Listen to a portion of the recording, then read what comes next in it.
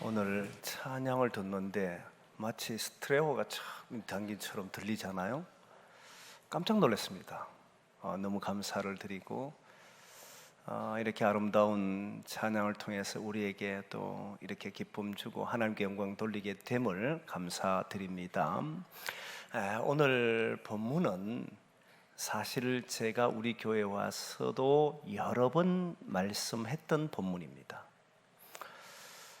이 말은 과연 새로운 것을 찾을 수 있을까? 이게 고민이었어요. 적어도 2차례 이상, 제가 기억하기로는요 2차례 이상 수요일 날 사도행전을 전체를 한 적이 있었는데 그때 한 번, 그리고 또 재직 세미나나 기타 헌신 예배를 통해서 드릴 때도 이 말씀을 했던 것으로 기억해. 정확한 횟수는 기억나지 않지만 최소 2차례 이상을 했기 때문에 성도님들은 잘 알고 있을 것이라 생각하는 겁니다. 사람의 생각이 사실 계속해서 새로운 것을 발견하기는 어렵잖아요. 그래서 저는 건너뛸까라고도 생각했습니다.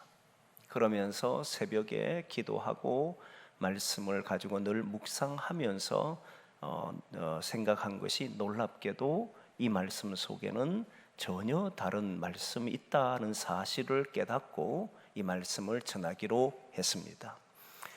오늘 말씀을 통해서 제가 받은 은혜의 말씀이 여러분들에게도 전해지고 같이 은혜 속에 들어가기를 소망합니다. 오늘 본문의 말씀의 제목은 답을 찾으라 하는 제목입니다. 답을 찾아라. 이 제목으로 말씀을 나누게 될 텐데, 특별히 오늘 본문의 내용은 잘 아는 내용이고, 먼저 초대교회 공동체를 정리해보라면 간단하게 정리할 수 있습니다. 기쁨의 공동체였다. 담대함이 넘치는 공동체였다. 어떤 것도 무서워하지 않고 담대했던 공동체다. 그리고 주님이 약속하셨던 성령이 임하였을 때 그 성령이 주시는 평안은 세상이 주는 것과 같지 않다라고 하는 그런 평안이 이루어지는, 세상이 가져다 줄 수 없는 평안의 공동체였다. 그리고 한 마음과 한 뜻으로 모인 공동체였다. 그러면서 자기의 것을 자기의 것이라 하지 않고 사람들끼리 서로 물건을 통용하는 공동체였다. 그리고 그 공동체는 가난한 자가 없는 공동체였다. 이렇게 정의할 수 있습니다. 다른 말로 하면 슬픔이나 아픔이나 괴로움이 없이 그 교회는 하나님의 나라가 이루어진 공동체다라고 말할 수 있습니다. 그런데 오늘 본문에 와서 그 공동체 안에 있어서는 안 되는, 일어날 수 없는 일이 일어났습니다. 원망이었습니다. 원망이, 지금까지 보이지 않던 이런 원망이 그 교회 안에 일어납니다. 유대인들과 헬라인들이 서로 구제하는 문제가 있을 때, 특별히 헬라파 혼자 된 분들이 그 구제에 소외된다는 사실을 알고는 원망이 일어났던 겁니다. 저는 이 말씀을 통해서 예전에는 이렇게 생각을 했습니다. 당황했을 것이다. 사도들이 한 번도 공동체 안에 늘 기쁘고 담대하고 평안 있는 공동체에 원망이 일어난다는 이 사실은 이들에게 충격을 주었을 것이다. 그리고 놀랐을 것이다. 어찌해야 될지 몰라서 당황했을 것이다 라고 하는 입장에서 바라봤습니다. 그런데 여러분, 오늘 본문을 다시 묵상해 보니까 그런 표현들이 없어요. 당황했다거나 두려웠다거나 그리고 충격을 받았다거나 하는 내용이 없습니다. 그리고 더 나아가서 원망이 일어날 때 교회를 어지럽힌 이 사람들을 향하여 책망하는 내용도 없습니다. 실제 종교 지도자들, 아니 지도자들이라고 하면 자신이 통치하거나 다스리는 곳에, 정말 아름답게 잘 만들어가는 곳에 누군가가 돌을 던져서 파편이 일어나 그것이 전체가 흔들어져 버리는, 거기에 문제가 발생하게 되면 지도자들은 그 사람을 잡아서 책망을 하든지 아니면 쫓아내든지 화를 내든지 하는 것이 정상입니다. 실제로 바로 직전에 보면 사도들이 유대 공동체를 흔들었습니다. 예수님의 부활을 목격했고 성령의 임재를 통해서 죽은 자가 살아난다는 사실을 믿게 되니까 나면서 걷지 못했던 40세쯤 된 사람을 이렇게 세웠습니다. 그리고 이로 인해서 수많은 사람들이 예수님을 믿기 시작합니다. 이 말은 유대 공동체에 위기가 일어났다는 말이에요. 그러자 유대 공동체의 종교 지도자들은 이들을 잡아들여서 옥에 가두었습니다. 그리고 이들이 더 이상 전하지 못하도록 금지도 했습니다. 그렇게 해도 되지 않자 이들은 크게 노하였다, 분노했다는 이야기가 바로 직전에 나왔습니다. 이게 보통 사람이 취하는 태도잖아요. 일어나서는 안 되는 일들이 일어나면 속에서 화가 나야 되고, 화가 나면 그 분노를 표출해야 되는데 오늘 본문에 보면 그런 표현도 없어요. 그러면 정말 이들 속에서 문제가 일어나고 당황하지 않았을까, 두려워하지 않았을까라고 했을 때 추석학자들은 오늘 문제가 일어나게 되자 바로 사도들은 즉시 행동을 취했다고 나옵니다.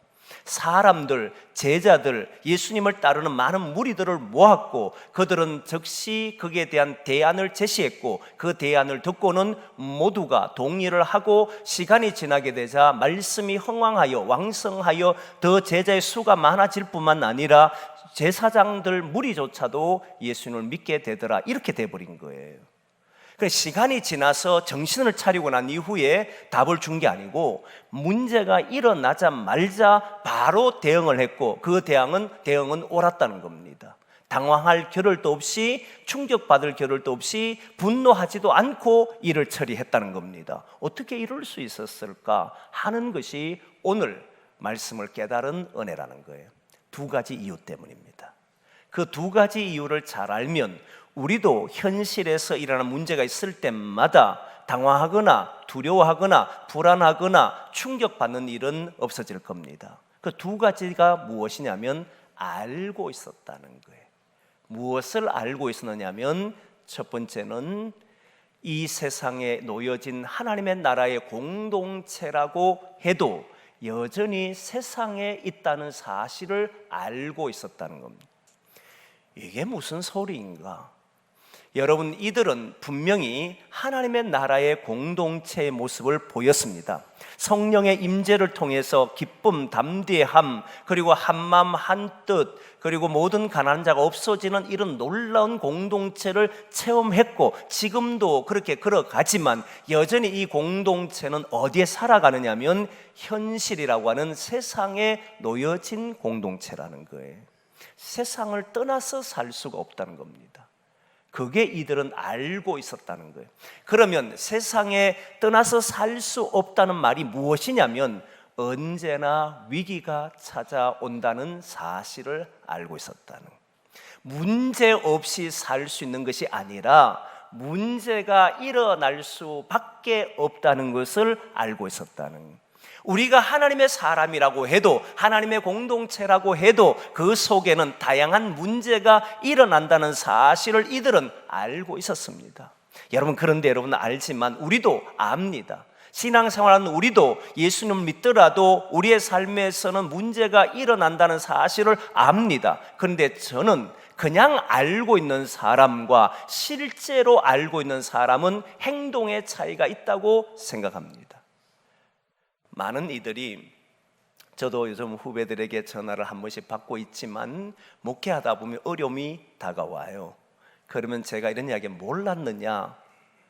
네가 가는 길이 그렇게 모든 일이 탁 하나님이 해결해 주고 할 줄 알았느냐? 알았지만 실제 당면하니까 괴롭다는 거예요.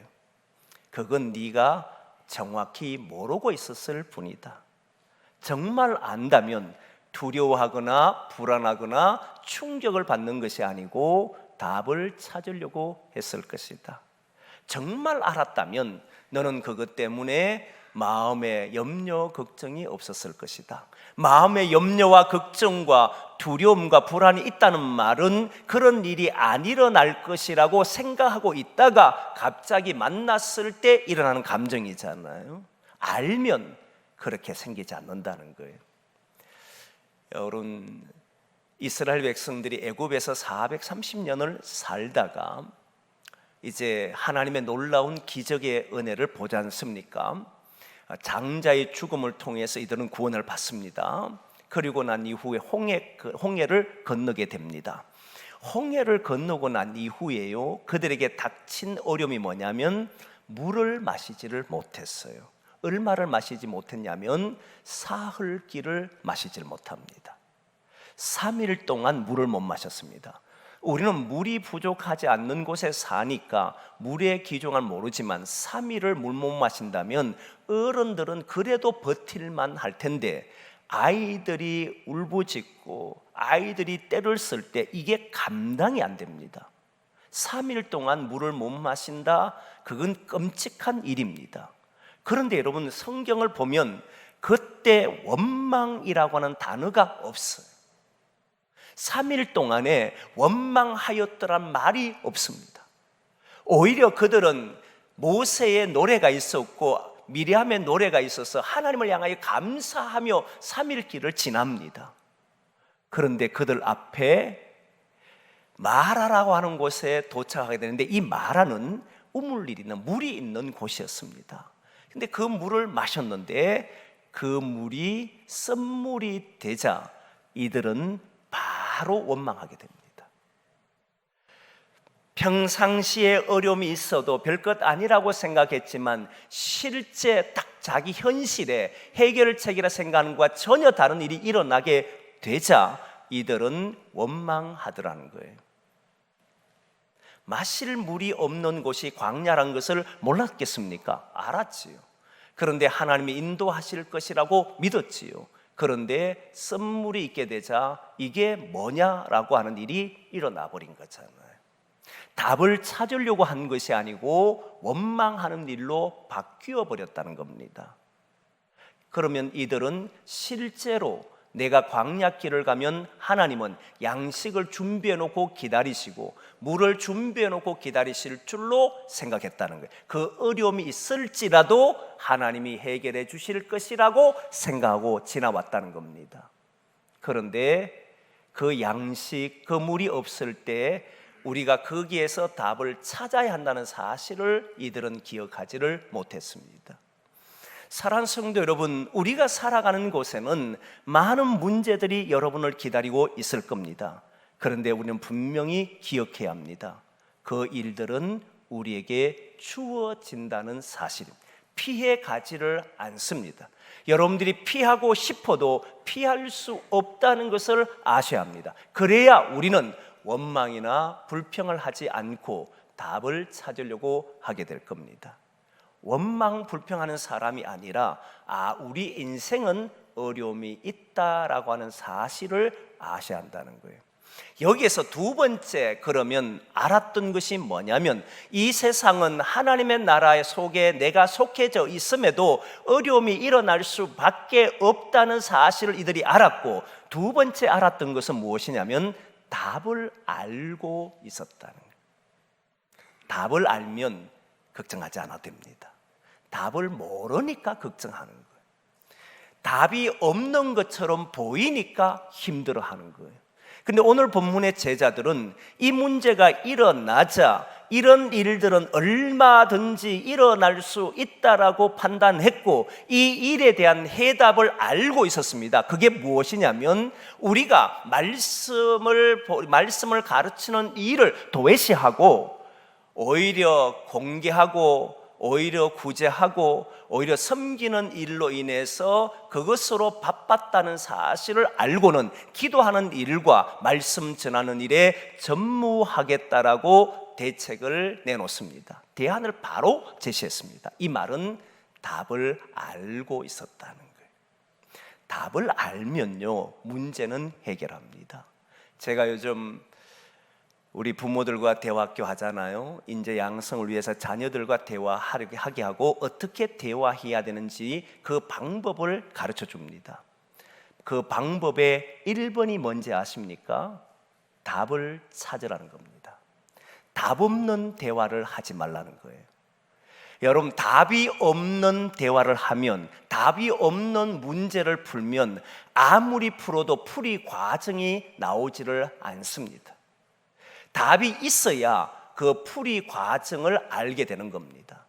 답을 모른 채 풀이를 하거나 과정을 밟으면 계속해서 혼란만 있을 뿐이지, 어두움만 있고 힘듦만 있을 뿐이지 사실은 고통밖에 없습니다. 답을 알아야 합니다. 답이 없는 과정을 걸어서는 안 된다는 겁니다. 제자들은, 사도들은 답을 알았습니다. 무엇을 처방해야 되는지를 이들은 알았기 때문에 바로 처방을 내렸습니다. 그때 그 교회는 문제가 해결되고 오히려 거기에는 흥왕하고 믿는 이들이 더 많아졌다는 사실이, 여러분, 문제가 일어나는 것을 두려워할 필요는 없습니다. 대신 답을 찾지 못하는 것에 대해서 우리는 염려하고 걱정해야 합니다. 답을 찾기 위해서 노력해야 한다. 답을 찾기만 하면 그 다음부터는 그 과정, 답을 내리기 전까지, 그 답을 오기까지의 그 과정을 걸어가도록 해야 한다는 거예요. 그래서 저는 여러분들에게 권합니다. 혹시 지금 어려움을 겪고 있습니까? 혹시 풀리지 않는 문제가 있습니까? 가정에서든 개인의 문제에서든 교회 안에서든지 해결되지 않는 문제가 있다라고 하면 그것으로 인해서 마음이 괴로워하고 아파하지 말고 힘들어하지 말고 답이 무엇인지를 찾으시라는 거예요. 무엇이 답인지를 발견하시라는 거예요. 어떻게 해야만 해결되는 것인가는 것은 답이 있어야만 나오는 과정입니다. 답이 없는 채 행동하면 분노하거나 원망하거나 불안해하거나 두려워함으로 모든 자기의 삶을 만들어버립니다. 답이 있어야만 그 다음에 과정을 밟게 되는 겁니다. 여러분, 이스라엘 백성들을 쭉 보면 광야의 길을 걸을 때 대부분 사람들은 알았습니다. 광야는 힘든다는 건 알았지만 답을 몰랐기 때문에 이들은 먹을 것이 없을 때, 마실 물이 없을 때, 전쟁이 일어날 때 모두 원망했습니다. 그러나 모세는, 그리고 하나님을 믿은 갈렙과 여호수아는 그 답을 알고 있었기 때문에 문제를 가지고 괴로워하는 것이 아니라 그 답을 제시하는 사람들이었다는 거예요. 알고 있는 자가 해결한다는 겁니다. 답을 알아야 합니다. 지금도 답을 모른 채 괴로워하는 성도는 있지 않습니까? 사도들은 답을 아는데 어떻게 알았느냐? 사도들도 인간이기 때문에 답을 찾기는 쉽지 않습니다. 그런데 이들이 찾을 수 있었던 이유는 항상 이제부터 성령이 임재한 이후부터 이들의 삶은 모두 성령의 인도함을 받더라는 거예요. 오늘 또 7 집사를 선택할 때 택하는 기준을 보면 성령의 충만한 자를 택합니다. 이 말은 자기의 지혜로 사는 사람이 아니라 하나님의 지혜로, 하나님의 능력으로 사는 사람을 이야기합니다. 따라서 인간의 지혜는 자신의 걸어가는 인생의 문제에 답을 얻기는 어렵습니다. 그걸 알고 있는 사람이라면 왜 걱정하겠습니까? 걱정하지 않고 살지만, 그러나 내가 만나는 어려운 일들은, 앞으로 우리가 만나는 일과 지금 만나고 있는 일들은 사실은 우리가 답 찾기가 어려운 문제들이 많습니다. 그때 하나님에게 지혜를 구하시라는 거예요. 하나님의 능력을 구하시라는 거예요. 인간의 지혜가 아니라 하나님의 지혜를 구해보면 거기에서 우리가 알지 못하는 놀라운 지혜를 알게 되고, 그 답을 발견하는 순간에는 이제부터 나는 어떻게 적용하며 살게 되는지까지 알게 될 겁니다. 그때 놀라운 일들이 기다리고 있다는 것을 발견하게 될 거예요. 문제가 일어난 것 때문에 힘든 것이 아니라 답을 모르기 때문에 힘든 것이고, 답을 이끌어 오기까지의 과정을 모르기 때문에 우리는 힘들어하고 어려워하는 것이다, 이 말이에요. 답만 알면 그 과정 풀이는 쉽다는 겁니다.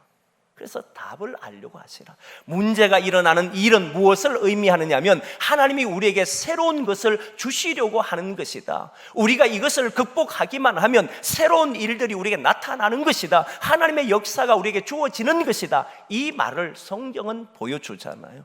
이들에게 문제가 있기 때문에 괴로웠고 넘어진 게 아닙니다. 오히려 답을 바르게 제공했을 때에 이들에게는 새로운 일들이 일어나 버렸잖아요. 그걸 보여주신다는 거예요. 두려워하지 마시라는 거예요. 문제 때문에 염려하지 마시라는 거예요. 오히려 하나님께 지혜를 구하고 해결책을 찾으시라는 거예요. 그때 하나님 주신 해결책은 우리로 하여금 전혀 다른 공동체를 만나게 하실 줄 믿습니다. 완전히 새로운 공동체를 우리에게 허락하시는 것을 보게 되는 줄 믿습니다. 그걸 해내시라는 거예요. 그리고 그 답은 바로 말씀 전하는 일에 전무하겠다라고 하는 것이었습니다. 두 번째 답은 무엇이었냐면 새로운 조직을, 새로운 제도를 만드는 답을 주었습니다. 저는 이게 굉장히 귀하다 생각해요. 사람은요, 자기가 걸어왔던 것을 반복하는 걸 좋아합니다. 지금까지 살아왔던 방법대로 사는 것을 좋아해요. 벗어나기를 되게 힘들어합니다. 안 벗어나려고 해요. 그런데 새 시대가 지어주고 새로운 환경이 주어지면 이전 것으로는 더 이상 할 수가 없어요. 완전히 새로운 것을 가져와야 합니다. 보십시오. 이스라엘 백성들이 애굽에 살 때에 애굽은 왕이 있었고 대신들이 있었고 그들의 제도가 있었습니다. 그런데 가나안 땅을 향해서 걸어가던 광야에 나왔을 때, 특히 시내산에 도착했을 때 모세는 하루 종일 백성들의 문제를 해결해 주고 있었습니다. 그런 경우는 잘 없었습니다. 모세는 아침부터 저녁까지 백성들이 가지고 있는 문제가 있다면 찾아오면 다 대답해 주고 다 해결해 줍니다. 그때 이드로라고 하는 장인이 와서 장인 이드로가 말하기를 이것은 합당치 않다, 효율적이지도 않다, 이렇게 해서는 너는 오래 가지를 못한다, 그러면서 제도를 제안한 것이 1000부장, 100부장, 50부장 그리고 10부장 제도였습니다. 10부장 10명 안에 해결되지 못하면 그 10부장이 해결해주고, 그렇게 해결되지 않으면 50부장이 가서 해결하고, 50부장도 해결되지 않으면 100부장이 가고, 100부장도 해결하지 못하면 1000부장에도 가서 해결하라. 그리고 1000부장이 해결하지 못하면 모세 당신이 해결해 주십시오. 이 내용이었습니다. 왕의 제도도 없었습니다. 세상 애굽에서 보여준 제도가 아니었습니다. 이들은 전혀 새로운 제도로 하나님께서 주시는 공동체를 이끌어 가더라는 겁니다. 그렇게 만들어냈다는 거예요. 여러분, 신약의 오늘 본문에 보십시오. 오늘 본문에도 이들을 보면 이전에 없던 집사의 제도를 가지고 옵니다. 여러분, 당시의 유대인들, 특히 이들도 유대인이었지 않습니까? 제자 사도들도 유대인들이었고 그 당시 믿었던, 지금까지 믿는 사람의 대부분이 유대인입니다. 그러면 유대인은 유대인의 제도권 안에 살아왔습니다. 그러면 당연히 사도들은 유대인들이 만들어 놓은 제도 안에서 움직일 줄 알았는데, 이들은 놀랍게도 7 집사를 선택합니다. 힘 있는 자나 권 있는 자나 지혜 있는 자나 능력 있는 자를 뽑았던 것이 아니고, 그리고 그의 출신을 보고 뽑았던 것도 아니고, 성령에 충만하고 믿음 있는 자, 사람들의 존경받는 자를 세워서 이 문제를 해결하도록 합니다. 자신들은 말씀 전하는 일과 기도하는 일에 전무하고, 그리고 구제하는 일은 이렇게 하나님 앞에 충실된 자를 세워서 그들을 뽑아서 만들어서 했다는 사실, 완전히 새로운 제도를 가져왔다는 거예요. 그 시대에 달라진 모습을 보였다는 겁니다. 저는 이게 너무 소중해요. 저는 이렇게 이야기하면 우리 교육부를 비난하는 것 같아요. 비난하는 생각 전혀 없습니다. 오히려 제가 그러질 못해서 가슴 아파하는 것이고, 그걸 보여줘야 되는 제가 하질 못해서 힘들어할 뿐인데, 우리 교사들은 매우 애쓰고 수고합니다. 사실 여러분, 저는 성경학교나 수련회를 오래전부터 봐왔지만 이렇게 해서는 안 된다고 생각하는 사람이에요. 이유가 무엇이냐면 이렇게 하는 것은 우리가 어렸을 때 하는 겁니다. 여러분들이 어렸을 때 하는 거 아니에요. 그때 여러분 보십시오. 길거리에 북 하나 들고 나가면 사람들이 그 북을 치면 주변의 애들이 다 뒤따라옵니다. 동네 아이들 하고도 다 뒤따라옵니다. 이유가 뭐냐면 교회 오니까 좋은 거예요. 세상에서 줄 수 없는 걸 주었잖아요. 그들에게 우리가 어렸을 때, 저희들 저만 어렸을 때, 여러분들이 어렸을 때만 해도 먹을 것이 제대로 없을 때였을 때인데, 볼 것도 제대로 없을 때 교회 가면 얼마나 좋았습니까? 그날을 기다렸잖아요. 근데 지금은 그런 세상이 아니지 않습니까? 근데 똑같은 방법으로 해요. 저는 너무 마음이 아파요. 그걸 제가 제한해 주지를 못해서 너무 괴로운 거예요, 사실은. 저는 완전히 달라져야 된다 생각합니다. 완전히 바꿔야 된다 생각하는 사람이에요. 지금과 같은 모습으로는 한국교회 어렵습니다. 새로운 것을 발견하고 새로운 것을 향해서 가야 합니다. 그게 제가 제안하고 싶은 거고, 교회도 여러분 보십시오. 예전 한국 교회가 생기기 전에 이 역사 속에 있는 교회를 보면 역사 속에서 처음에 교회들이 복음을 전하고 곳곳에 교회가 설립됐습니다. 그리고 그 교회마다 감독들이 있었어요. 근데 그 감독의 지배 아래 있었고 그 감독이 모든 것을 가르치고 했습니다. 그런데 교회가 워낙 흩어져 있는데 박해가 일어났습니다. 박해가 일어나니까 사람들이 그 박해를 견디지 못해서 배교하는 자들이 있었습니다. 그 배교하는 사람들이 일반 성도였으면 괜찮은데 거기에는 감독들도 있었다는 거예요. 교회 지도자들도 배교하는 일이 벌어졌습니다. 그리고 박해가 그치게 되니까 이들이 와서 또 교회를 움직이는 거예요. 그러니까 당시에 있는 교회의 사람들이 생각할 때 이게 무엇인가? 도대체 이것을 한번 모든 것을 통제해 주거나 바르게 지도해 줄 수 있는 사람은 없는가라 해서 만드는 것이 로마 교회의 통치 아래서 이루어지도록 했던 겁니다. 그게 교황제도였어요. 그런데 교황제도가 문제가 된 것은 1인 제도가 되다 보니 절대 권력을 가졌고 모든 사람들의 마음을 담지 않고 오히려 자기가 실수했을 때, 자기가 잘못되었을 때 전체의 교회가 위험하다는 사실을 알고 종교개혁가들이, 특히 칼빈이 장로교를 만들었던 거잖아요. 장로교는 대의민주주의 교회지 않습니까? 성도들도 참여하고 목회자도 참여하는 것이 장로교회잖아요. 이렇게 제도는 그 시대마다 바뀌어 왔다는 겁니다. 우리 시대는, 저는 장로교회 제도가 좋다고 생각하는 사람입니다. 그러나 그 안에 움직이는 방법은 저는 완전히 달라져야 된다고 생각하는 거예요. 바뀌어야 합니다. 과거의 방법으로 이 시대를 이끌어갈 수 있느냐? 저는 없다고 생각합니다. 보십시오. 오늘 본문에 보니까 제자들이, 놀랍게도 이 사도들이 지금 문제가 일어나자 유대교의 제도를 가져온 게 아닙니다. 하나님 나라의 공동체에 맞도록, 그 시대에 맞도록 새로운 것을 만들어 냈다는 겁니다. 그것을 우리가 해내야 한다는 사실이에요. 여러분, 가정에 혹시 문제가 있거나 하면 옛날 쓰던 방법대로, 옛날 하던 방법대로 하면 안 됩니다. 새로운 것을 가져와야 하고 새로운 것을 찾아야 합니다. 답을 찾아야 하는 것이 우리가 해야 될 일이라는 거예요. 그래서 저는 여러분들에게 오늘 권하는 겁니다. 혹시 어려움이 있거나 힘든 있거든, 힘들다고 어렵다고 불평하지 말고 답을 찾으시라. 꼭 답을 찾으시라. 그 답을 찾고, 그게 가정의 방법이 달랐으면 방법을 바꾸시든지, 내 말투가 잘못돼서 말투를 바꾸시든지, 나의 삶의 자세가 틀렸으면 그걸 바꾸시든지 하셔야 된다는 거예요. 그리고 그 삶을 통해서 저는 하나님의 준비하신 것을 우리가 받을 수 있다라고 믿습니다. 하나님은 우리에게 문제를 해결할 수 없는 어려움을 주는 게 아니라 우리가 피할 수도 있고 해결할 수도 있는 문제를 주시는 줄 믿습니다. 할 수만 있으면, 해결해내기만 하면 저와 여러분들이 이전에 경험해보지 못한 놀라운 것들을 경험하게 되는 줄 믿습니다. 하나님의 나라가 이루어지는, 실제로 이루어지는 것을 우리의 삶에서 보게 될 줄 믿습니다. 그 일을 위해서 우리가 함께 걸어가기를 원합니다. 그래서 이번 한 주 살아가며 여러분 앞에 놓인 문제를 바라보고 답을 찾아보자. 여기에서 하나님이 원하시는 답은 무엇일까? 하나님이 도대체 나를 통해서 뭘 이루고 싶어 하는 것일까? 분명히 갖게 되면 그 다음 행동을 하게 되고 행동 속에 역사를 보게 되는 줄 믿습니다. 그걸 체험하며 살기를 소망합니다. 기도하겠습니다.